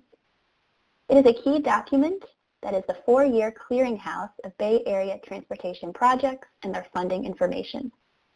It's focused on the next 4 years, and effectively, it's the early years of Plan Bay Area 2050. The Transportation Improvement Program hones in further on the next 4 years of project priorities, which ultimately proceed towards construction and implementation. To learn more, you can visit mtc.ca.gov. Okay, let's turn to housing. One near-term initiative is the Regional Housing Needs Allocation Process. It's often referred to as acronym RHNA. So that's the Regional Housing Needs Allocation Process, or RHNA. And since 1969, the Association of Bay Area Governments under state law works with both state and local governments to identify the amount of housing growth that cities, towns, and counties need to plan for over an 8-year time period. After the completion of the Regional Housing Needs Allocation Process, each local government updates their housing elements and zoning to show how it would accommodate its share of the regional housing needs. For the upcoming cycle, the Bay Area will need to plan for just over 441,000 new housing units in an 8-year time period. And it's a key piece of the envisioned 1.5 million new homes by 2050 that we're projecting in the Bay Area. This fall, in sync with the final blueprint approval for our Plan Bay Area 2050, the allocation methodology for RHNA will be considered for approval by the ABAG board. This allocation must be consistent with the blueprint. Further steps will be taken in 2021, leading to the final allocation, and then updates to local housing elements by January 2023 in many Bay Area cities and towns. And you can learn more about this process at abag.gov/RHNA. homelessness.ca.gov. Okay, James. So I think we are really done with our information sharing portion, and now we're going to use all of the remaining time that we have to hear as many of your questions and comments as possible. And I see we do have a couple of people here with their hands raised. First, I'm going to bring on Deborah from Contra Costa. And also, before we start, I just want to let you all know we still have about 20 minutes for questions. So, Deborah, you're live. Go ahead and ask your question. Okay, I have a couple of comments and a question. My first was about the idea of using Slack as a way to keep citizen engagement and participation in solutions. Have you considered something like that, or do you have something like that already? My second was in reviewing the documents online. I noticed that, as with most government agencies, all planning documents, etc., are very difficult for the ordinary citizen to understand, and so they tend to give up rather than to read through and gain anything for it. And so I was wondering whether there was a way to make either a synopsis or readability of all of the plans that you're coming up with more valuable for the average citizen. Another comment was, I hope that you continue to use Nextdoor, because that's a great venue for letting a lot of people know what's going on, and if they have interest, you know, a way to engage them. And then I do have a question, which is, are you monitoring the push to use delivery drones, and will you oppose them on the basis of noise pollution and the environmental health of our own bird, insect, and wildlife population? Okay, thank you for all that, and I really appreciated some of your ideas on how to engage with the public. I think that we definitely are exploring a number of different modes for meeting people where they are. Slack, we use it internally here at MTC and ABAG, but we haven't necessarily given thought to using it as an engagement platform, but that is a really interesting idea. Similarly with Nextdoor, I think that we publicize some of these, we use Nextdoor to publicize some of our engagement events, but I think that's a very interesting suggestion as well to really help keep a pulse on what some people are saying about their communities. With regards to your comment about planning documents being very dense and difficult to connect with for the average person, I thank you for that comment, and I hear you loud and clear on that. That's definitely something that we are trying to do differently with Plan Bay Area 2050, really emphasizing writing the plan document, which again will be available in 2021, in a way that's accessible to the average user. That includes a lot of graphs and charts as well as text helping to interpret some of the recommendations. I also just want to take the opportunity now that we're talking about engagement to mention a couple of the other ways that people can get involved. I know this isn't a direct response to your question, but it brings up a good point. So a couple of ways you all can get involved. We do have a telephone comment line where people can call in and leave their comments. And for those who are interested, that number is 415-778-2292. Additionally, we have a couple more of our digital Zoom workshops where you can get information similar to what we presented today, but in a more visual format, and ask your questions and answers through the Zoom video conferencing platform. And you can find out more information about ways to get involved, as well as more information on the blueprint by going to planbayarea.org/blueprint. And Deborah, it sounds like you are well familiar with that, but I want to mention that for others who are listening in. Your final question related to delivery drones. They are definitely something that is talked about a lot when it comes to the future of how goods movement is going to look in the Bay Area and around the world. I will say that in Plan Bay Area, we don't deal with sort of that individualized goods movement system. So it's a little bit outside of what our strategies would inform, but I do appreciate your comment on some of the downsides of delivery drones, both the noise as well as the impact on wildlife, like our bird species. So I'm sorry I wasn't able to fully answer that final question, but is there anything else that you wanted to share? No, thank you. I appreciate the information that you provided, and I definitely am concerned about the delivery drones because I know that things tend to happen without they tend to happen gradually, and when it becomes enough of an issue, it's really too late for people to protest. And I do see that delivery drones are going to be like the wave of the future, or the push is going to be to delivery drones, particularly since we're having so many more people shop online, for example. So I was just wondering whether there was, if you're not the entity or agency that's watching that or that might be approving that, who would it be to stay on top of what's going on with that and make any concerns known? That is a good question. I actually think that, first of all, I agree with you completely. I think we can all see that there are many more online shopping orders that are replacing those traditional in-person trips now more than ever, but that's also a trend that was building for years. And it is something that is really important to consider within planning. To me, it sounds like, this is really an issue that would affect the entire state of California. So I feel like the best place to sort of get involved and learn more about what ongoing activities are underway to regulate drone deliveries would actually be probably at the state level. So off the top of my head, I'm not exactly sure under which department that specific question would fall. Okay, well, I'll look into it some more myself. I'll do some research. Thank you very much. Thank you. I'm going to return you to the queue. Hi, Raleigh. I'm actually going to take the next question. So we have Lisa on in the line. I'm going to bring Lisa on. And my understanding, Lisa, is that you were actually asking in the previous round of Q&A, and so I apologize if it's taking us quite a while to get to us.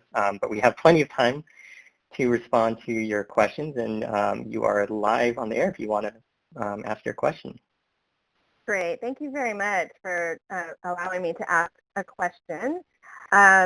So you kind of touched on it a little bit. It was one of the options in terms of solutions, possible solutions, which was require mandatory work from home policies in the Bay Area.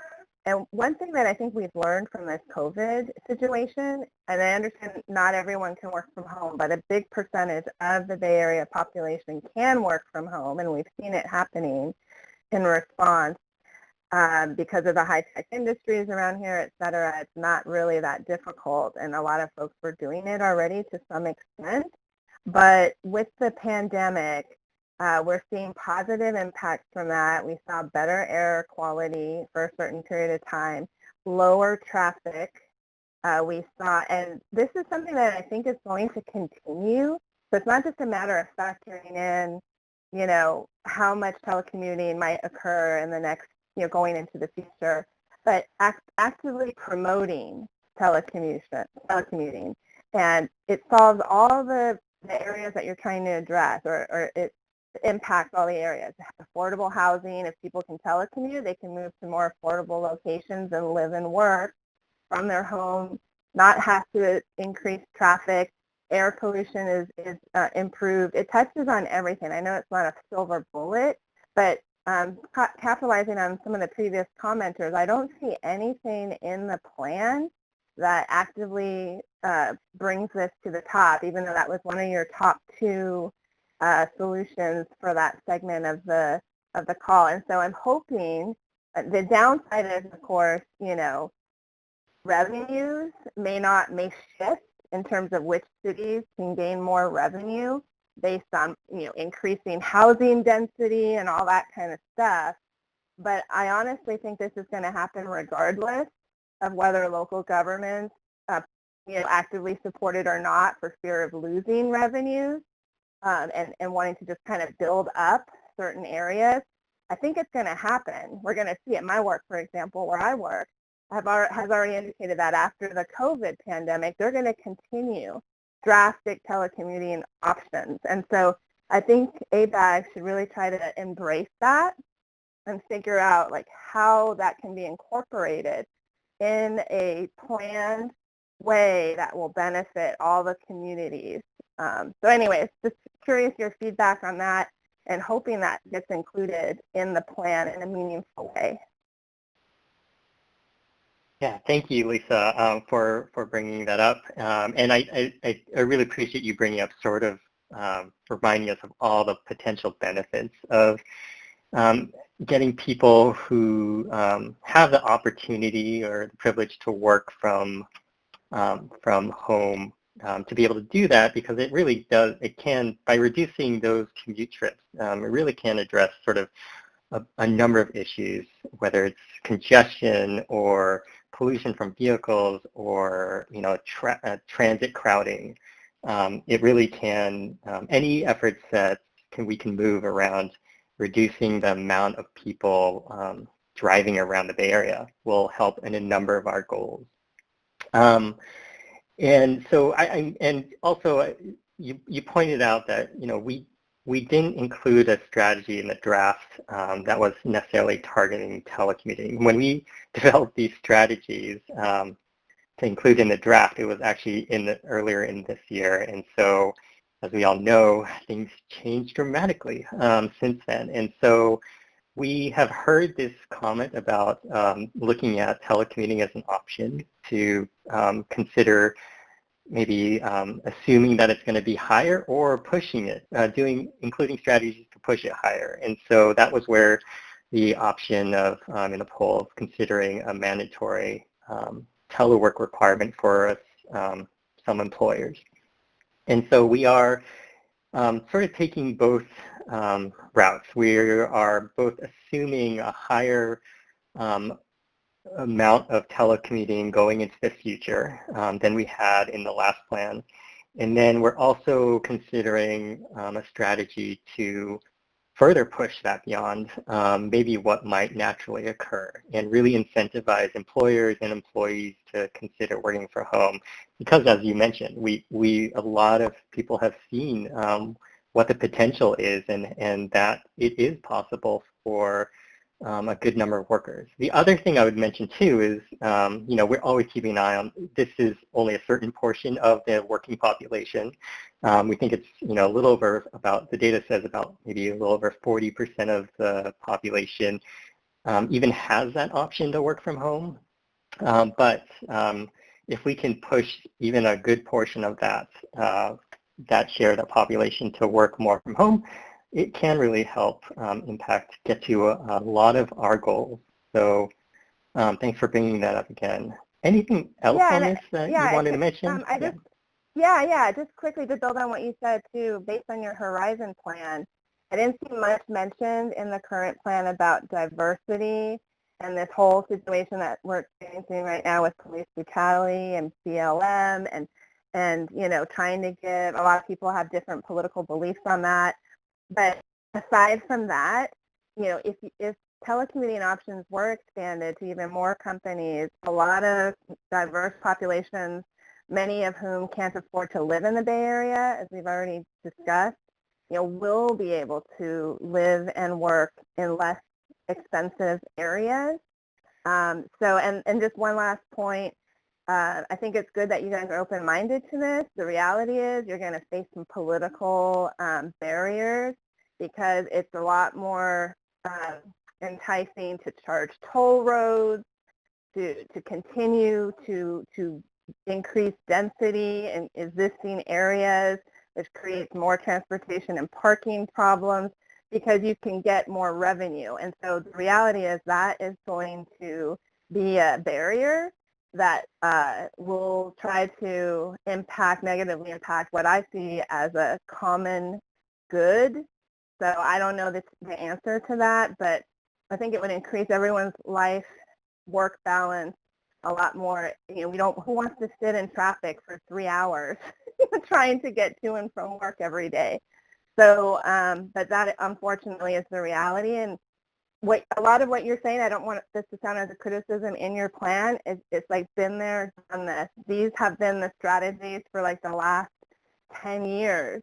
And I know it's hard, you're restrained, and you know, I'm not criticizing, but promoting something like this, more innovative, I think would, you know, help move things along faster instead of just the same problems, but actually making things more expensive to live here. So I'll just stop at that. I'm sorry for a long-winded comment, but thank you for being open and listening. Appreciate it. No. Thank you, Lisa, for mentioning that. And just to let you know, I mean, compared to our last plan, we are really integrating equity considerations into all of our strategies, and it is a main priority in our plan this time.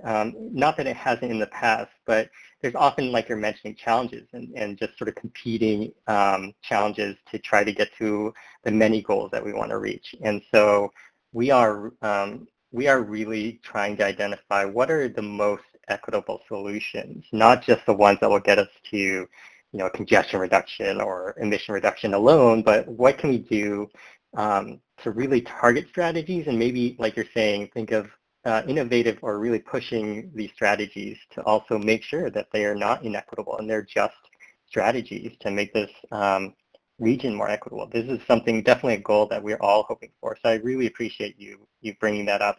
And, you know, like you said, it is challenging to get this brought up. And I encourage you, like participating in this type of meeting or in our stakeholder meetings or local meetings. That is the way, if you're able to keep providing comments like this in other venues, including our own engagement, please feel free to do that. And the more it gets brought up, the more we're able to get everyone and all the sort of decision makers on board, really figuring out how are we going to tackle all of these really challenging issues.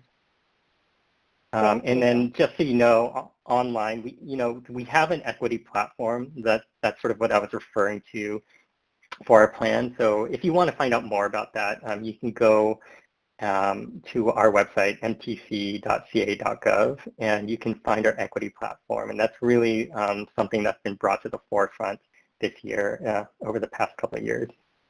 So thank you. So I'm going to send you back to the phone line and pass it to Raleigh if there's another question. There is, and I do just want to remind folks, you can still get in the queue to ask questions or provide comments. You still have a little bit of time left. And again, do that by pressing *3. But for now, I'm going to bring Lawrence from San Leandro on the line. Lawrence, you're live. Go ahead and ask your question. Hi, yeah, I really agree with all the comments of the last caller. It's so great to speak right after them. I got to tour Facebook. The new Facebook complex is massive, of offices, and inside it's just little places where everybody's on their computer. And I imagine all those people are working at home, and that whole Facebook complex could be a place to house the unhoused with wraparound services for mental health. So, I mean, that's how fast things are changing.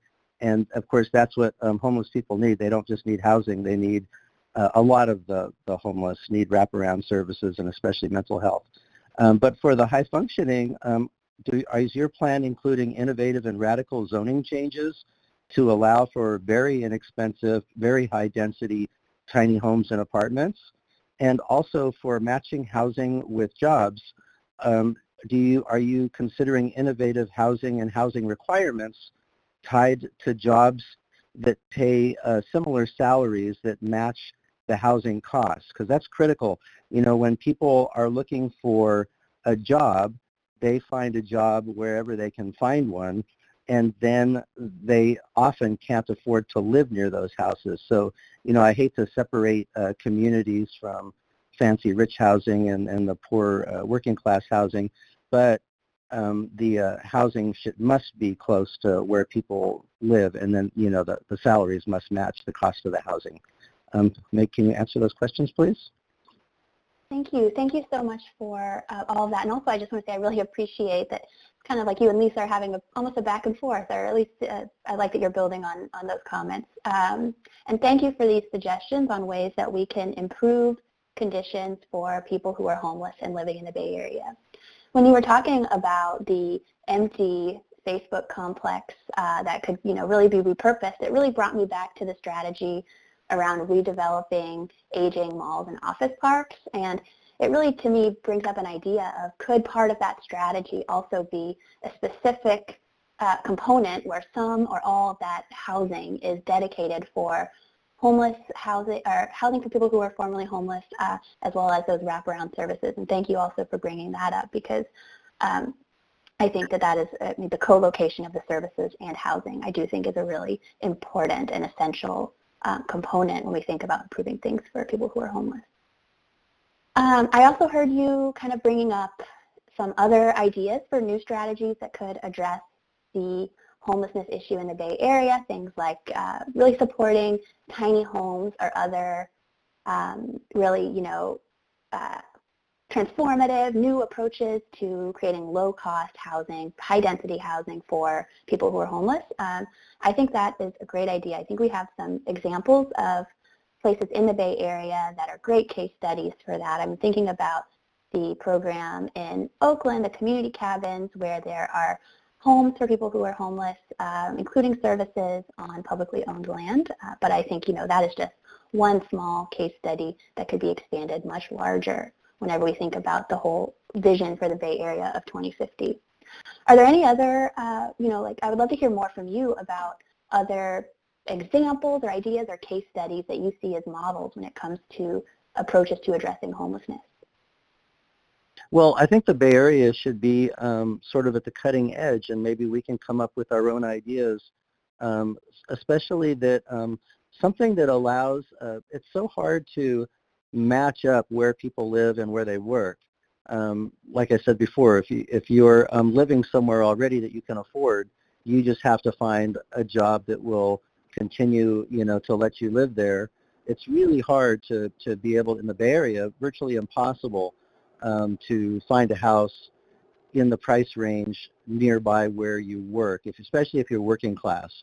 And so maybe some kind of innovative programs that give credits or have requirements that help match up people's homes to where they live. I'm not sure how that would work, but I think you guys as planners could come up with something really innovative. Pass? Okay, thank you so much, Lawrence, and I think that is a great idea. So I'm going to return you to the queue. And what Lawrence is bringing up is it's sort of a complementary issue. We talked about the jobs housing imbalance, but then there's also the question of, are the housing and jobs that are located near one another, does it match up, right? Are working class sort of middle wage jobs near affordable housing, or are they only near high cost housing that would be out of reach for people who are working in those jobs? So that's something else that we really are trying to focus on and fine tune, is how we can really improve not only our jobs housing imbalance, but also our jobs housing fit, making sure that affordable housing is near those middle wage jobs. And that's something that we're working toward in the final blueprint. So we are just about at time. I'm going to turn it over to James for a couple of closing comments, and I'll be back one more time. So James? Yeah, thank you. So we're close to the end of our telephone town hall time, but I can't emphasize enough how great this has been. Thank you so much. We don't have these opportunities in the remote situation to do these like real-time polls and have these almost one-on-one conversations. So really thank you all for participating and taking time your Saturday morning to listen about Plan Bay Area and the regional plan. And I just want to go over some next steps just so you're aware of what's going to happen with the plan. So the draft blueprint will continue doing this type of public engagement through the end of the public comment period, which ends August 10th. And then our commission and ABAG board will take action on the final blueprint this fall. And then there's a selection of a preferred environmental alternative that takes place at the end of this year. And then the adoption of Plan Bay Area 2050 is slated for fall 2021. To get additional information on the plan throughout the process and the draft blueprint, please go to, again, our website, planbayarea.org www.planbayarea.org/blueprint for more information. And in addition, if you have more input to share, we want to hear from you. I mean, this has been great. So please, you can continue sending us information or comments by sending an email by August 10th to info@planbayarea.org. That's info@planbayarea.org. And as we mentioned earlier, we have a phone comment line. You can leave a message there at 415-778-2292. Again, it's 415-778-2292. And then finally, we also have another way online. You can provide written comments on the website. Go to planbayarea.org/blueprint, and you can go to the public comments page, and you'll see a form there to provide a comment. Okay, so again, I also want to say thank you so much for spending your valuable time with us. And we know this is a very difficult time for so many of you, and we truly appreciate your participation today and all of the comments that we received. If you would like to share anything else with us, again, please email us at info@planbayarea.org. And if you know someone who would have liked to participate but could not attend today, there are a lot of resources on our website and a link to an online version of the poll that you participated in today. So please spread the word to your networks. As a reminder, the last day to comment is Monday, August 10th. Thank you again for your participation and have a wonderful rest of your day.